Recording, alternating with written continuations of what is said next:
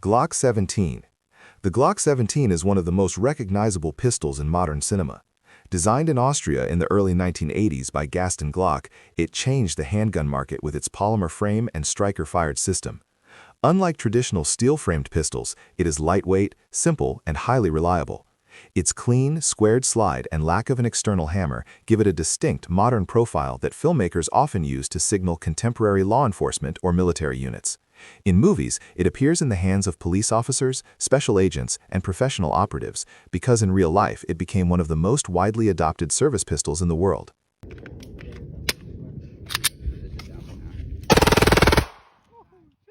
Beretta 92 FS.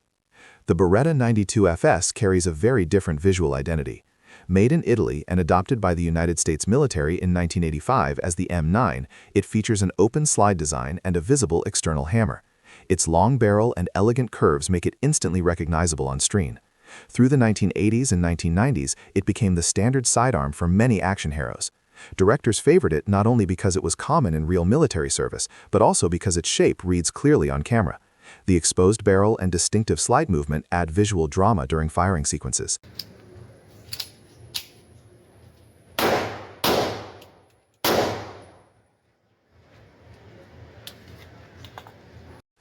Colt M1911. The Colt M1911 represents a much older era of firearms design. Introduced in 1911 and designed by John Browning, it served as the standard U.S. military sidearm for most of the 20th century. Chambered in .45 ACP, it is known for its solid steel frame, single-action trigger, and strong recoil.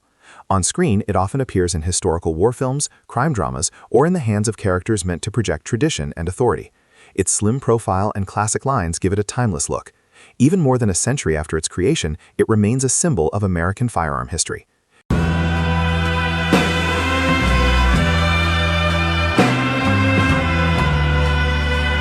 Desert Eagle. The Desert Eagle stands apart because of its sheer size. Developed in the 1980s by Magnum Research in the United States and produced in Israel for many years, it is a gas-operated semi-automatic pistol capable of firing very large calibers such as .50 Action Express. Its oversized slide and heavy frame make it visually dramatic. Filmmakers often choose it when they want a handgun to appear powerful and intimidating. In reality, it is large, heavy, and not commonly used for duty purposes. On screen, however, its exaggerated proportions make it unforgettable.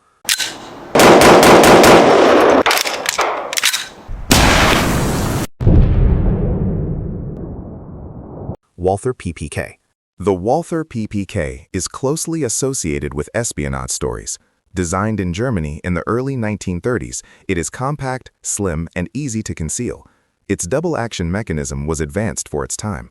The pistol became globally famous through its association with fictional intelligence agents, especially in Cold War settings. Its small frame and refined appearance suggest discretion and precision rather than brute force. In film, it often signals sophistication and calculated action. See how this baby shoots. There it is, the Walther PPK. Smith & Wesson Model 29. The Smith & Wesson Model 29 is a revolver that gained legendary status in the 1970s. Chambered in .44 Magnum, it was introduced in the 1950s, but became widely known after being featured prominently in crime films. Unlike semi-automatic pistols, it uses a rotating cylinder to hold cartridges. Its long barrel and heavy recoil give it a commanding presence. On screen, it is usually associated with lone detectives or characters who operate outside the rules. The revolver's mechanical simplicity contrasts sharply with modern semi-automatic designs.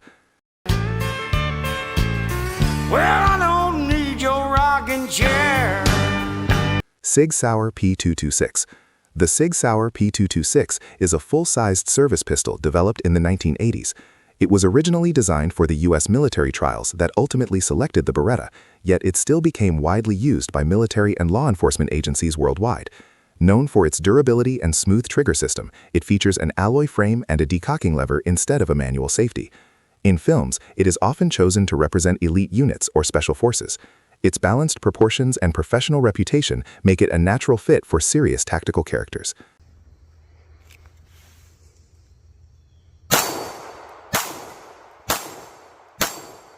Heckler & Koch USP. The Heckler & Koch USP emerged in the 1990s from Germany. Built with a polymer frame and engineered for high durability, it reflects modern European handgun design. It offers multiple safety configurations and is known for its robust construction. On screen, it is frequently used in thrillers and action films that focus on counterterrorism or covert operations. Its angular lines and industrial styling give it a distinct presence without the bulk of larger pistols. Luger P08. The Luger P08 is one of the most recognizable historical pistols ever made. Developed in Germany at the turn of the 20th century, it features a unique toggle lock mechanism that rises when fired. Its grip angle and mechanical complexity make it stand out immediately. Because of its association with both world wars, it often appears in period films set during those conflicts. The Luger's silhouette alone can establish time and place in a single frame.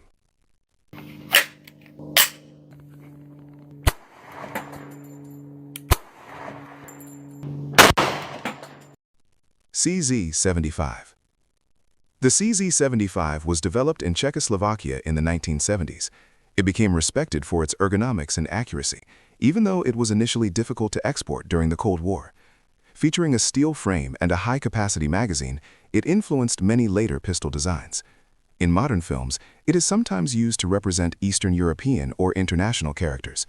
Its smooth contours and internal slide rails give it a slightly different look compared to more common Western designs.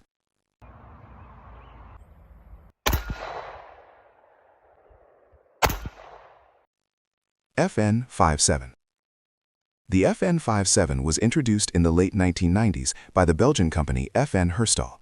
It fires a small, high-velocity 5.7 by 28 mm cartridge originally developed for military purposes. Its lightweight polymer frame and distinctive magazine shape set it apart. In movies, it is often portrayed as advanced or specialized, sometimes associated with high-tech units. Its unusual caliber and modern styling give it a feel different from traditional handguns.